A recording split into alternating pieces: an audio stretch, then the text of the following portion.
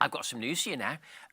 As you know, we've been working really hard to work out how to move to the next phase of Revive's response to what's happening in the world right now. And our next phase, we really wanted it to include in-person services. I was wondering, as I'm sure you were too, would the announcement by the Prime Minister affect what our plans would be? Would we be restricted from worshiping? But at the moment, we're not.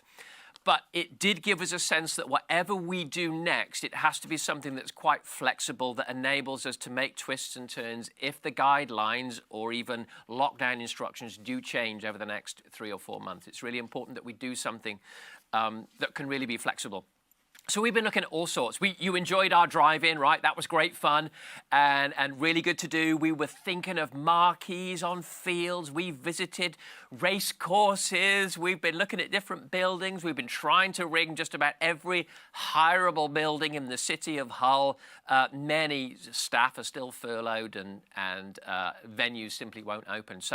But we have found what we think is a really great solution. And so what we're going to do from 2 weeks today, so we're going to give you more detailed information next week, so you don't even need to think about planning stuff yet. But 2 weeks today, we're going to start Sunday evening services. Sundays at 6 p.m. We're going to start to have services in Jubilee Church right in the centre of Hull. They've been super kind to us to let us come in on Sunday nights and have their venue, which is a huge venue. It is a 600-seat venue, so obviously we're not going to put 600 people in it. It's going to be vastly reduced to allow for social distancing and all the various guidelines that we do.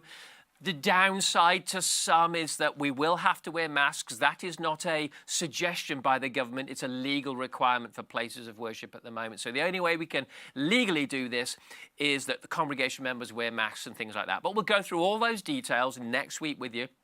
You're going to have to book in so that we can control numbers and also have a good track and trace system and stuff like that. But we are going to start to gather as a family Sunday night, 6 o'clock. We will give you news next week about how that will or won't affect children and youth and things like that.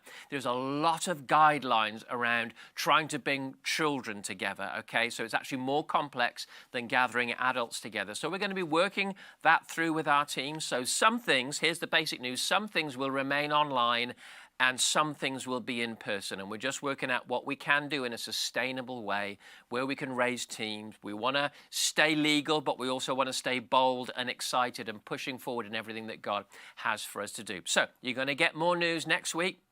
And you won't even be able to book in for the next week while we're sorting out the details. Then we'll release seats and you'll be able to start booking in for Sunday night services, and it's going to be great. This phase that we're designing now, we really hope we won't be interrupted by the government. We'll be able to take this phase right up to Christmas, and then we'll decide what to do next. The Sunday morning services online are going to continue. So you're going to have Sunday mornings at 11 online here, and then Sunday evening, 6 o'clock in person, okay? No doubt, as we go through, things will evolve. We'll get better at it. Incredible hard-working team, but you cannot guess what everything you're going to face is going to be like. But we're going to begin, and it's going to be fun. We're going to be bold. We're going to expect God to move in a powerful way. So from 2 weeks today, we are going weekly in person. I think I've pretty much told you everything there.